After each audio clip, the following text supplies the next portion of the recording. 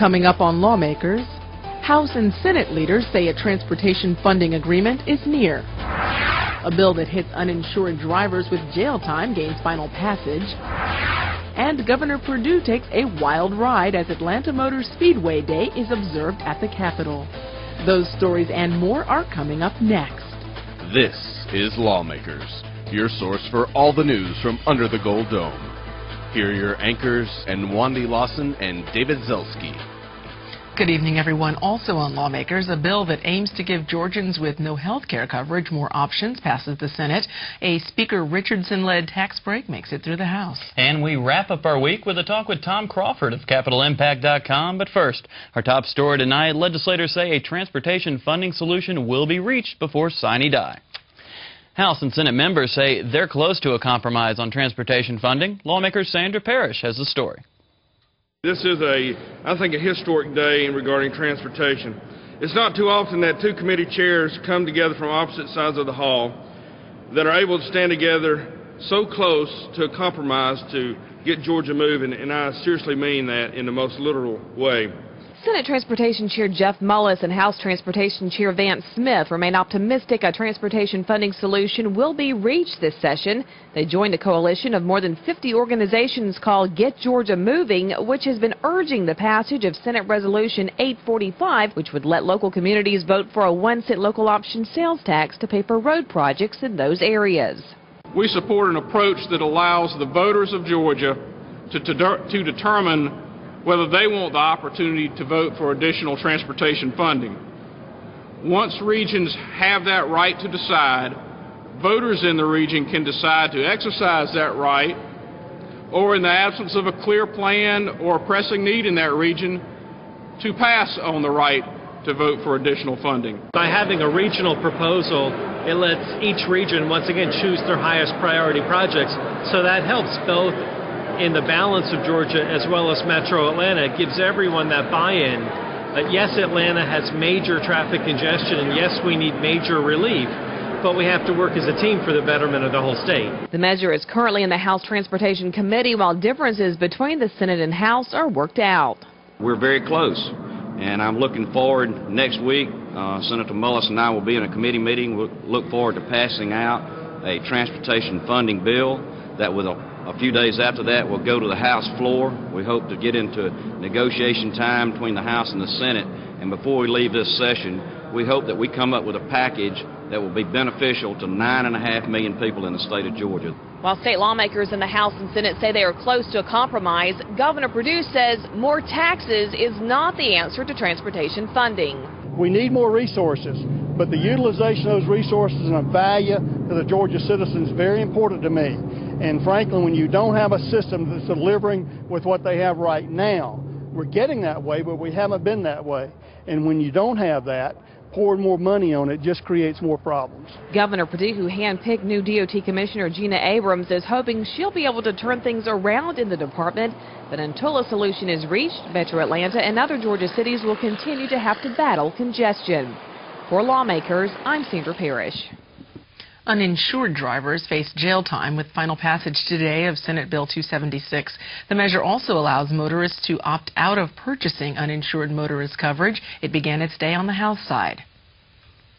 For the first time, the trial lawyers and the insurance industry got together and reached an agreement, and I helped them hammer out the details. To me, it's a pretty big deal that the trial lawyers and the insurance industry in general got together on anything.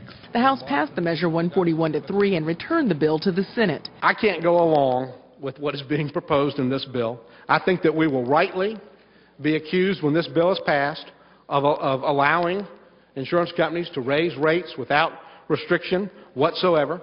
I think that I'll tell you frankly, the stacking provision in the bill, which I support, is actually written backwards. It ought to be written so that the least expensive option is the default as opposed to the most expensive option. But the groups got together, they agreed on a bill that makes money for the groups and transfers the cost of that to the people, to our constituents who pay for the product. Changes made by the House drew criticism before final passage. The bill now awaits the governor's signature before becoming law. Legislation that gives Georgians another option for health care passed the Senate today. SB 404, known as the Georgia Health Marketplace, is an initiative from Lieutenant Governor Casey Cagle. In this health care option, the rates could be more affordable. It also aims to reach out to those who currently have no insurance. Bill's sponsor, Senate Majority Leader Tommy Williams, explains. Folks that are interested in purchasing individual coverage for health insurance can go to this, our businesses can go to this portal and find all the available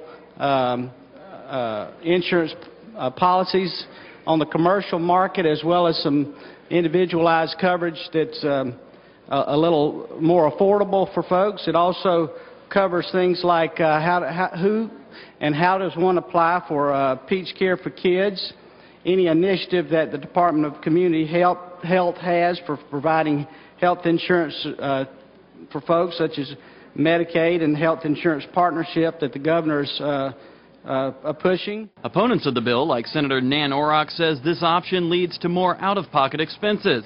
It's a sweetheart deal for the insurance company and doesn't cover many vital services. If you're in one of these plans and you come down with one of these tremendously serious illnesses that's going to require a lot of medical care, intensive doctoring, surgeries, procedures,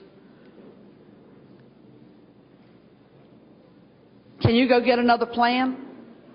Can you go get another plan then that'll cover all of that this doesn't cover? No. Now, SB 404, the Georgia Health Marketplace, ended up passing 42-12 and now goes to the House. A measure aiming to improve Georgia's Medicaid systems administration passed out of House rules yesterday. Lawmakers Bridget Snapp is at the Capitol with more. Bridget. In Wandy, about a year and a half ago, the Department of Community Health partnered with 3 private health plans called care management organizations to provide health care services for Medicaid recipients. Since that time, providers across the state have raised a number of complaints about how the CMOs have been administered. Sponsor of HB 1234, Representative Mickey Chanel, explains how his bill targets the problem. It was the largest rollout in America of care management organizations, and quite frankly, we had a lot of problems, particularly initially. There remains problems that with the implementation of it, and what this bill does, it lays out a process, timelines, and makes things uniform in terms of dealing with a number of problems and issues that have been brought before the General Assembly. There's just a myriad of problems that this bill, and there are global kinds of problems. Global being, it's all providers, hospitals, doctors, dentists, the whole thing. It seems to be burdened down with paperwork. There are a lot of instances of payment being denied or being delayed. We in the General Assembly have heard of these problems with CMO implementation from every provider group up here. Representative Chanel chairs the House Appropriations Health Subcommittee, which is responsible for budgetary oversight for health care and Medicaid. He said an important part of that $13 billion budget institutes provider increases. As it relates to CMOs, one issue that providers are very interested in is to be sure that those rate increases that are in the budget actually go to the providers rather than go to CMOs and not go to the providers. And we're going to, in the budget document, have language that makes it clear that these increases go to the appropriate providers. Representative Chanel said he believes his bill has broad support and will pass out of the House when it is heard next Tuesday. If that happens, Senator Greg Gogans will carry the bill in the Senate. Reporting from the Capitol, I'm Bridget Snapp. Thanks so much, Bridget. Georgia pharmaceutical companies should not receive preferential treatment when serving patients insured by Medicaid, Peach Care, and the State Employee Insurance Plan. This according to the House, which today defeated House Bill 180, which would have prevented the Department of Community Health from working with providers that require pre-approval of in-state drug companies. Bill sponsor Carl Rogers argued that the measure would be an economic stimulus. Already, this state has lost several large pharmaceutical companies, high-paying jobs, clean industry, and we've also lost at least 2 vaccine plants to other states. I encourage you to vote for this. It will help us in the time of need that we have right now with NAFTA and the competition we have in other states. You pass this bill, and a company comes into Georgia that makes Botox. According to this bill, they make it in Georgia. They would have a presence in Georgia, so there cannot be any access restrictions. Therefore, we would be obligated to pay for Botox in the unlimited amount, however much it was, for the Medicaid population, State Health Benefit Plan, Peach Care for Kids program. House Bill 180 failed to pass. The vote was 41 to 104. House Rules Chair Earl Earhart gave notice that he'll ask the House to reconsider its action on Tuesday. Governor Perdue said today he's not surprised by yesterday's vote in the House, where they failed to pass a constitutional amendment eliminating the annual birthday tax on cars. Tax policy is very important policy, and we've had so many versions for about 15 months now, and I think the House was really confused as far as, you know, what it was and what we were really trying to accomplish.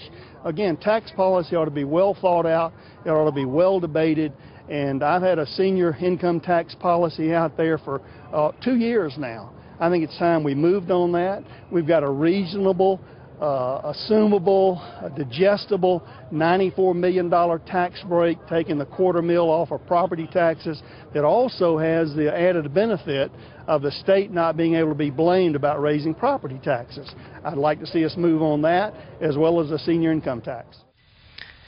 It may have seemed a bittersweet victory after the failure of his larger tax reform package, but House Speaker Glenn Richardson today led the passage of a tax break for forest land conservation property. We'll tax and tax and tax people until they can't pay the taxes on it anymore. We force them to sell their land. We go buy it as the state so that we can have green space. Something's wrong. It's time to change the policy. And whether you're for or against tax reform, surely you can be for protecting green space.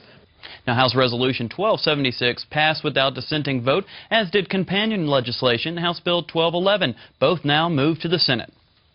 The Landowners Protection Act of 2008 passed the Senate today. SB 449 received much debate on the floor, but the measure, which limits the liability of landowners who allow people to hunt on their property, eventually passed. This bill is actually an initiative from Governor Perdue. Bill sponsor, Senator Bill Heath, explains. What we're going to enjoy when we go out hunting, fishing, or agritourism is to enjoy nature. And nature, by its nature, there are some risks associated with that. And that is what this bill seeks to protect the landowner from. This is hopefully encouraging landowners in Georgia to share their resource with others. Now, after the passage of SB 449, the Senate took on SB 438. This creates penalties to drivers who do not obey right-of-way laws and cause injury. Senator Jeff Mullis explains. Senate Bill 438 is a bill dealing with some of our good friends who drive motorcycles and bicycles and walk a lot, and not one of me. And hundreds of motorcyclists, bicyclists, pedestrians are killed or injured by motorists who fail to yield the right-of-way. Many of these drivers who cause these accidents are not held accountable for their actions. This bill increases the penalty for right-of-way violations. SB 438 passed 51-1 and now goes over to the House. Well, we've been following divestment legislation this session. Yesterday, we told you about 2 divestment bills, one requiring divestment from Iran, the other curbs future divestment bills. Today, Lieutenant Governor Casey Cagle showed support for both of those bills. Lawmakers Andy Dixon continues our coverage of these bills. Andy. David, at a press conference today, Senator Don Balfour reiterated the reasons for Senate Bill 451. That bill would require public pension funds to identify companies that have spent over $20 million in oil and gas in Iran. This specifically goes after oil and gas, and the main reason for that is 70 or 80% of Iran's income comes from oil and gas. If we can cut off their pocketbooks, maybe we can hopefully change some of the things they're doing. In addition to the Lieutenant Governor, Senator Judson Hill, who earlier this session introduced Sudan divestment legislation, also showed his support. Another measure, Senate Bill 327, is designed to provide checks and balances for future divestment legislation. Lawmakers would need the approval from the governor, the lieutenant governor, or the House Speaker in writing, as well as a fiscal analysis. I think putting the parameters in place moving forward is also a very wise choice. This is a very difficult situation, and we want to balance being a good steward, being responsible from a political side of not endorsing this type of terrorist acts, but also understanding that we do have to have a return on our investment. Now, Senate Bill 451 and the substitute to Senate Bill 327 both passed yesterday in the Senate Retirement Committee and are expected to be taken up in Monday's Senate Rules Committee meeting. Reporting for Lawmakers, I'm Andy Dixon. All right, thank you very much, Andy. The House today votes to license home inspectors with no grandfathering allowed, according to bill sponsor Sean Jurgensen. Grandfathering, as I would understand it, would mean that you are automatically awarded the license if you are a home inspector today, without any further cause or action. The answer to that is no. Is there a compelling problem that we're having right now in the industry that's driving this? Thank you for asking that question. There actually is. There is no outlet because it's not licensed. There's no outlet for a consumer to deal with an issue. It's kind of fallen on the Real Estate Commission. According to the numbers that I have, the Real Estate Commission receives approximately 100 inquiries of situations that have occurred in the transaction process, and almost 400 of those deal with home inspectors, 40%. So to answer your question, absolutely, there is a real issue that needs to be addressed here, and there is no way to do it. This will allow it. House Bill 1217 passed 122 to 25 and now moves to the Senate. Passage of a measure allowing charter schools to use matching state funds and private donations drew fire from some who felt House Bill 831 robs public education. Currently, the State Board has a grant program that charter schools come and ask for $200,000 to fix facilities, to renovate facilities, to fix air conditioning systems. This provides a mechanism where private money can be brought to the table and matched to help raise what we're spending on charter schools. And in essence, puts private money on the table to replace what locals are normally putting in to bring more private money to public education. Aren't you taking money from public education? Again, appreciate the question. This is, as I said before, we already have a program whereby public monies are contribute to the capital finance for charter schools. What this does is simply takes that existing structure and allows the State Board to require matching grants to match that, to bring private dollars to the table to support money we're already putting in the budget. HB 831 passed 137 to 21 and now moves to the Senate. In an effort to keep Georgia on the mind of the film industry, the House today agreed to give tax breaks to movie producers. It ought to be sacrilege that these were made in outside of our state. It really should be a crime that the movie Ray of Ray Charles was made in Louisiana, and the remake of an original film that was made here in Georgia, The Longest Yard, which was made in Reidsville, Georgia, also because of the tax credits that our surrounding states now give our film industry. House Resolution 1100 provides tax credits for film spending at least $500,000 in Georgia. The measure passed without opposition and moves to the Senate. With the 30th legislative day coming Tuesday, House and Senate bills have one more legislative day to pass through their chamber of origin. Senate Rules Chairman Don Balfour took a point of personal privilege this morning to explain how he wants to handle this process for the Day 30 Rules calendar. If you have a bill you want out, you need to come see me on the floor today. Now, I've told this as a warning to people. If I just look at you and say, I ain't hearing you. If I don't pull these sheets out and talk to you with these sheets out, because this is my Bible right now, if I don't talk to you with these sheets out, I didn't hear you. So make sure I pull the sheets out and talk to me. I need to know what's important to you. I'm trying to figure out what's most important. Let me suggest this. Everyone's been doing their job very well in the last 2 days, and we have about 70 bills now in the Rules Committee for the last day. Obviously, we're not going to get to 70 bills. If you have 2 or 3 bills, the question I'm going to probably ask you is, what is the one important bill to you? Prioritize your bills for me. In our weekly legislative update with Tom Crawford of CapitalImpact.com, we began by talking about the demise of the Great Plan for Tax Reform sponsored by House Speaker Glenn Richardson. Well, by the time he got through cutting back on it in Wandy, it had become the somewhat pretty good plan because it was a lot smaller in scale, dealt mainly with getting rid of the tag tax on automobile tags and putting some spending caps on local property taxes. He still could not get over the hump, though, of getting it past the Democratic caucus, and local governments and local school boards still were not happy at the spending limitations, and in the end it fell 10 votes short of getting the 2/3 majority it needed in the House.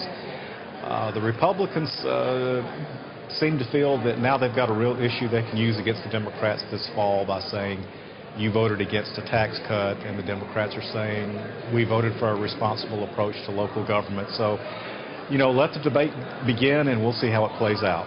Very interesting. Well, you know, one issue that seems to be a little bit absent at the moment, of course, the only constitutional matter that they have to decide here in the General Assembly, that's the budget. Where does it stand now? Well, not much further along than it was when we talked last week. There's not a lot of progress being made that I can tell. The two sides don't seem to be meeting very much. I have a feeling that sometime next week they're going to say, oh my gosh, we've got to get this budget out of here and finally get to work on it. But they haven't reached that make or break point yet. All right. You know, one bit of interesting legislation everyone's been watching out for is that Sunday sales, and seem to think that perhaps there might be some amendments placed on some of the other bills that deal with alcohol. The most likely bill is one that the Senate has passed that would allow Sunday sales of beer at the minor league baseball park that's being built in Gwinnett County for the Atlanta Braves farm team that is moving here. It's in the House right now. The feeling is that if any bill is amended to allow general Sunday package sales of alcoholic beverages, that will be the one. I don't think it will happen today, but I think it could happen by next Tuesday, which is a very important day over here, day 30. That's true, and as you mentioned, crossover day, are there any other pieces of legislation we should be on the lookout for, seeing as they would have to pass at least one chamber by then? Well, there's a very interesting bill on the House side from Representative Mickey Chenell. It tries to rein in some of the managed care organizations that are running the Medicaid programs for the state right now. There have been a lot of complaints from doctors and hospitals about the slowness in getting payment, and if that makes it to the House floor, that could have some very interesting debate, and it has to happen by next Tuesday or it's dead for this session. All right, well, that's when we'll be getting back together with our viewers, so we thank you for giving us that update today. That's Tom Crawford of CapitalImpact.com. Thanks for having me. Well, it was a short legislative week, but one full of action. Let's take a look back at a few of the top stories of this week. This week, the Capitol was filled with peanuts, princesses, and even sugar gliders. But the focus was tax reform. On Tuesday, House Speaker Glenn Richardson's great plan was trimmed down in committee, a decision made by the Speaker himself. I took out all references. There's no grocery tax. There's no services tax. There's no new taxes in this. Only a tax cut. The first year it's $329 million. The second year, when fully implemented, it's $672 million tax cut to the people of the state of Georgia. Also on Tuesday, the House passed legislation which bars seniors from overseeing death penalty trials.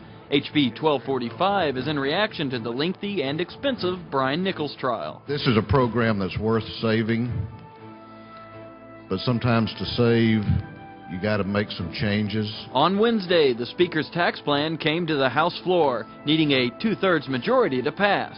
For the first time in Georgia,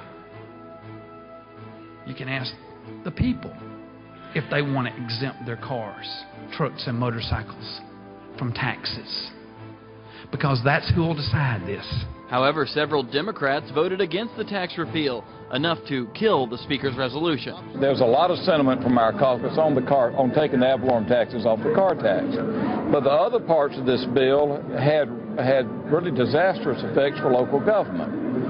It would hurt us in economic development. It would hurt us in the bonding and the way we finance our local governments, and because of that, it would take Georgia backward. At the same time as the tax debate, the Senate was taking on SB 458, Senate President Pro Tem Eric Johnson's school voucher bill. If a system or a school is put on probation, the parents of the children in that school or system are notified. Then if accreditation is lost, parents will be offered a scholarship to be used at a public or private school. The voucher bill did pass the Senate, so the next subject to take on was sugar gliders. We need to allow these to be recognized as a pet like what it is and not a wild animal. I'd appreciate your consideration in support of SB 522 for the little sugar glider. And that's a look back at this week in the Georgia General Assembly. Governor Sonny Perdue, representatives of Atlanta Motor Speedway, and fans got together today to celebrate NASCAR Day. Caroline Yaga brings us up to speed. Today's event at the Capitol is a preview for a whole weekend of racing events at Atlanta Motor Speedway.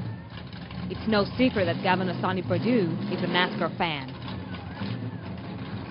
We're happy to see you. It's a great partnership with Georgia, Atlanta Motor Speedway, and NASCAR. And we look forward to both of them moving forward with really innovative ideas. And this is a special occasion. Thank you for the economic stimulus that these two events in Georgia mean to our state. $445 million for 2 weekends. You know what? 250,000 fans for 2 weekends a year. Hampton becomes the 4th largest Georgia city. Are you looking forward to Sunday's race? You ready? I thought so. Now we get to see firsthand the Fast and the Furious. Bye-bye! Okay, here is the real driver. Good. Hang on.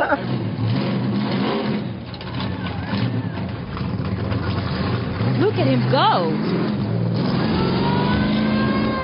Now that we've kicked off the Atlanta racing season, let's bring in the warm weather and the race. Reporting for Lawmakers, I'm Caroline Yaga. Lawmakers will not be seen tomorrow or Monday and returns Tuesday night at 7 with all the latest Capitol news. If you've missed any part of this Lawmakers broadcast, tune in tomorrow morning when Lawmakers repeats at 5:30 a.m. You can also keep up with all the action under the Gold Dome daily on your local GPB radio station during Morning Edition, All Things Considered, and evenings at 6 p.m. on Georgia Gazette. And that is our broadcast for this, the 29th Legislative Day of 2008. I'm David Zelski. And I'm Wadi Lawson. We'll see you on Tuesday. Good night.